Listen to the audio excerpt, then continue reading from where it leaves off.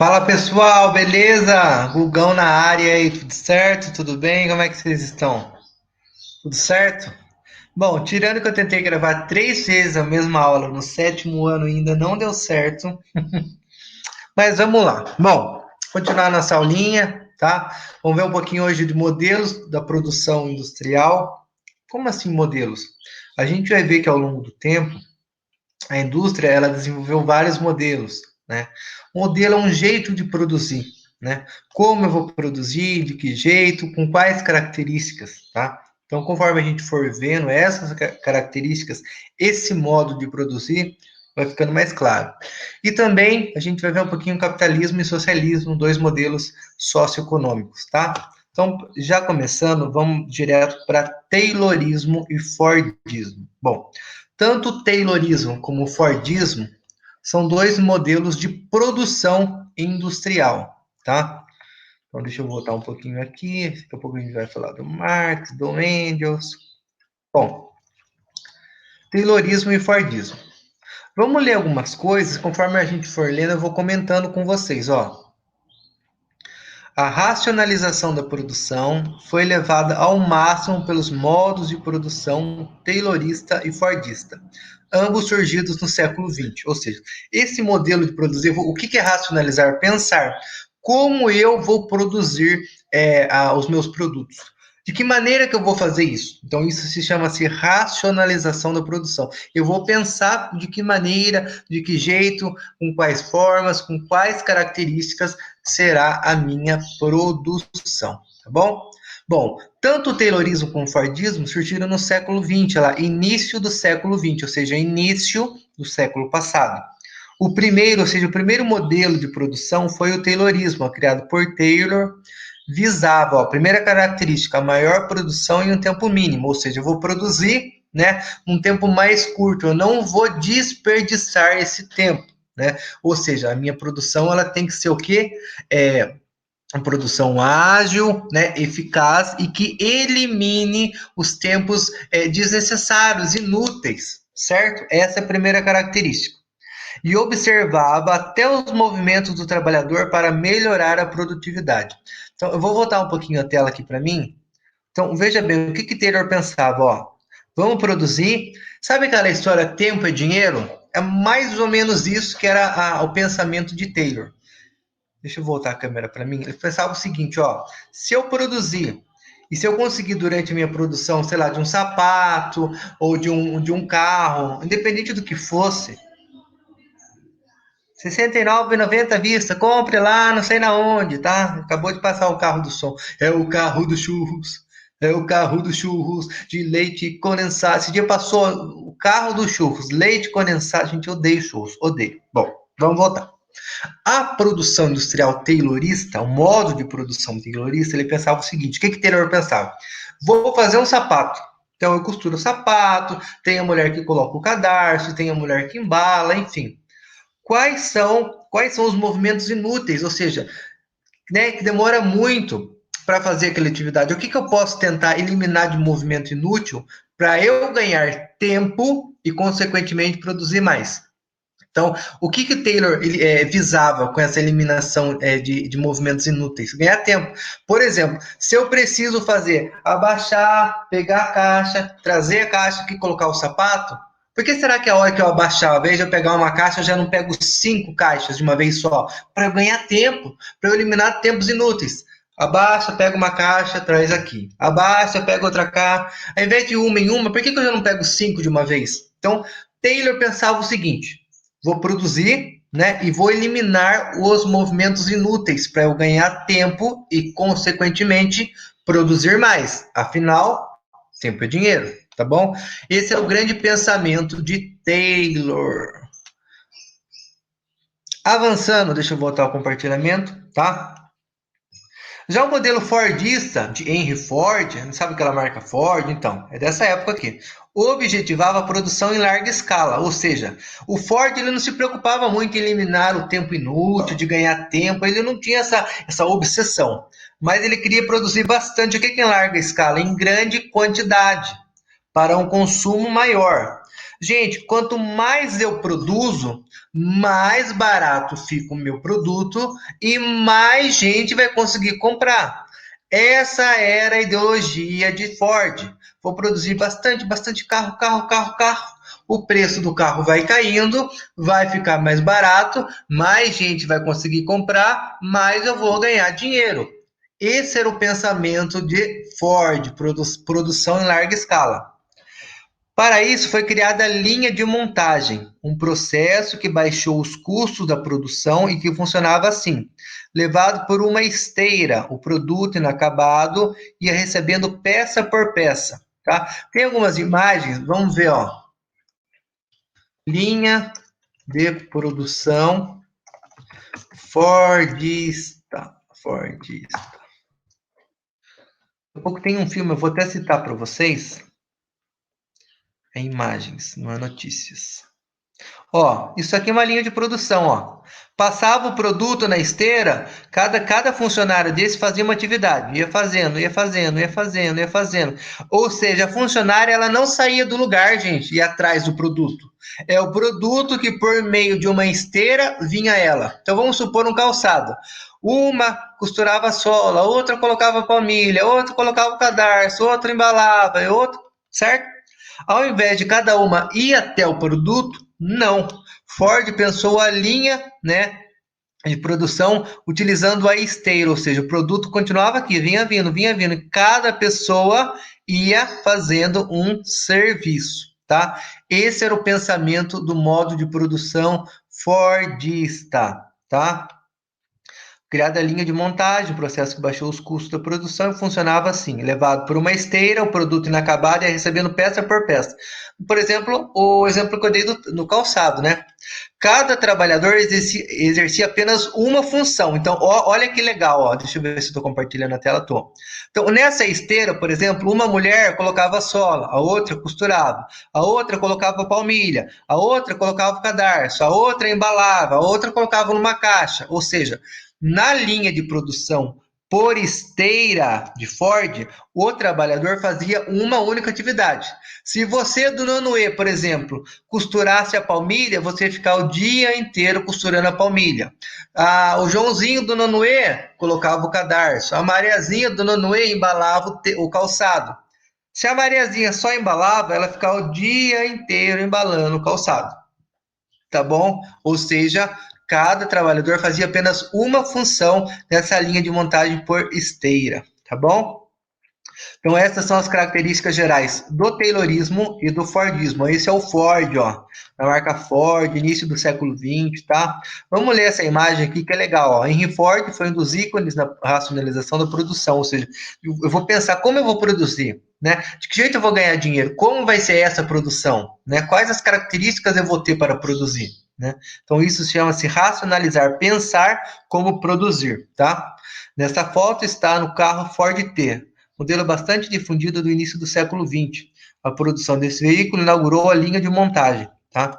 Então, ó, um ia colocava a roda, outro colocava a lanterna, outro pintava, outro colocava o banco, tá? Cada um fazia uma atividade, tá?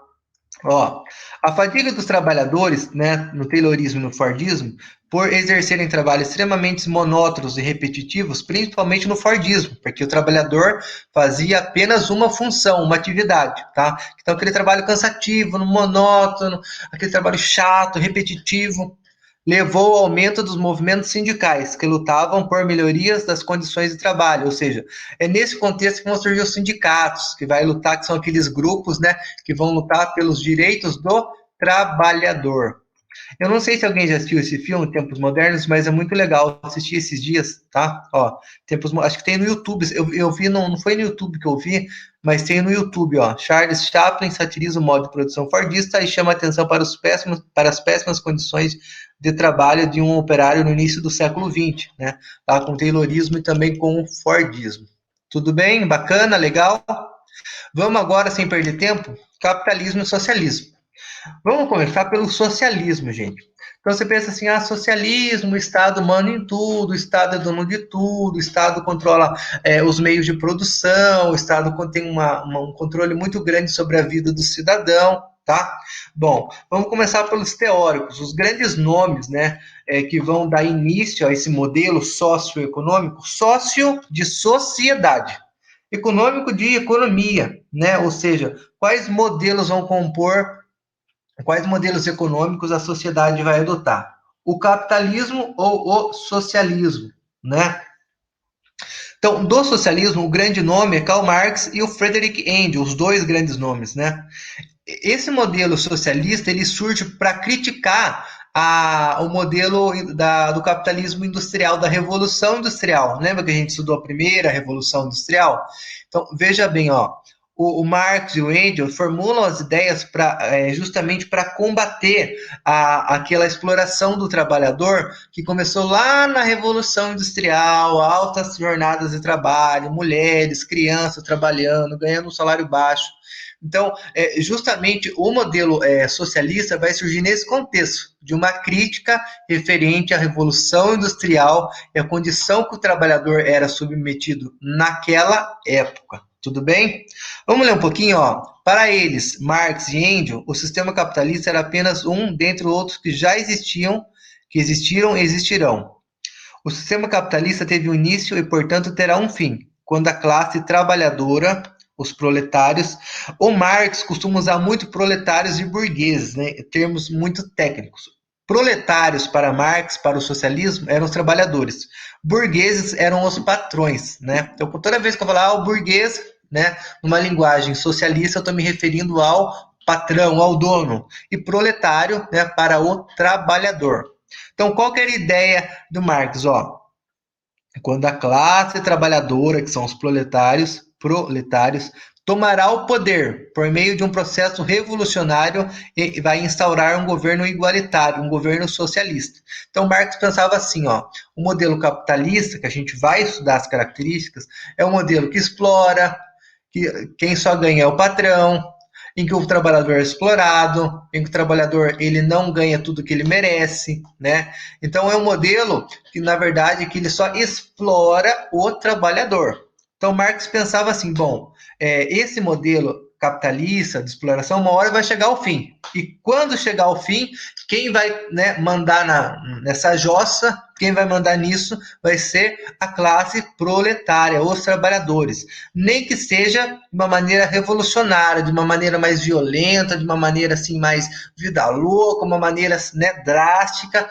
mas os trabalhadores vai chegar um momento em que o capitalismo ele vai explorar tanto o trabalhador, explorar tanto, em que os trabalhadores eles vão se revoltar, né? Eles não vão ficar contentes do jeito que tá. Olha, eu tô sendo explorado, olha, eu tô ganhando pouco, né? O patrão tá ficando rico, e vai chegar uma hora que isso vai entrar em boom, vai dar uma treta, vai sair faísca.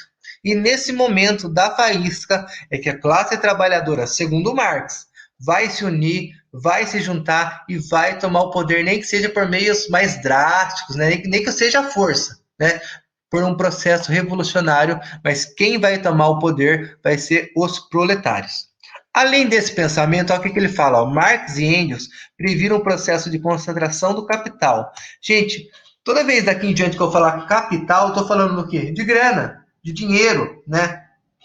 De capital, grana, dinheiro, eu ser dono das matérias-primas, dos meios de produção, tudo isso é capital, né? Toda a grana, toda a riqueza, todos os bens que eu possuo, o conjunto de tudo isso é denominado capital. Grana, dinheiro, bens, matérias-primas, máquinas, equipamentos, tudo isso, toda a junção disso forma o capital, tá? Beleza? Então, ó, esse é o Marx.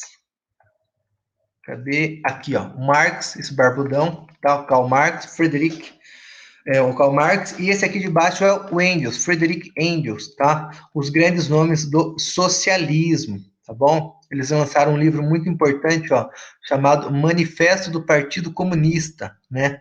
Em 1848, lá em meados do século XIX, é com o lançamento desse livro, lá em meados do século XIX, é que tem início, né, o socialismo. A data inicial do socialismo é marcada com o lançamento desse livro, tá? Ó, no quadro seguinte, vamos ver as principais características. Então, vamos começar pelo socialismo, nem que a gente tiver que orar, né? Ó, 15 minutos, nem que a gente veja o capitalismo na outra aula, Mas vamos ver, ó, qual que era o objetivo do modelo socialista, o modelo socioeconômico? Bem-estar social, igualdade, ninguém ser melhor que ninguém, ninguém ter mais posse, ninguém ter mais capital, ninguém ter mais grana que ninguém. Todo mundo de maneira igualitária.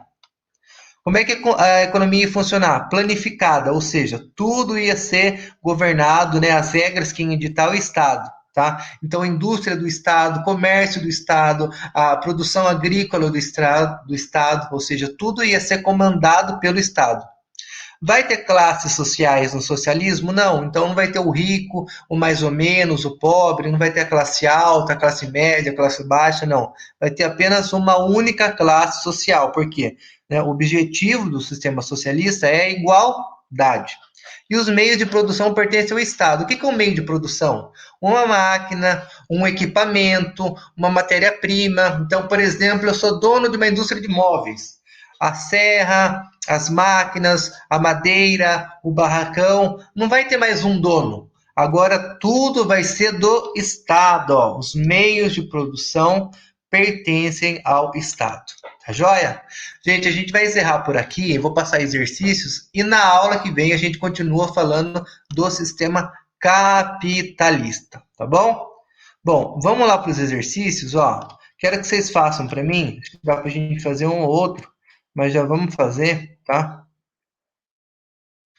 Para a gente não perder tempo. Vamos lá, vamos lá, vamos lá, vamos lá, vamos lá.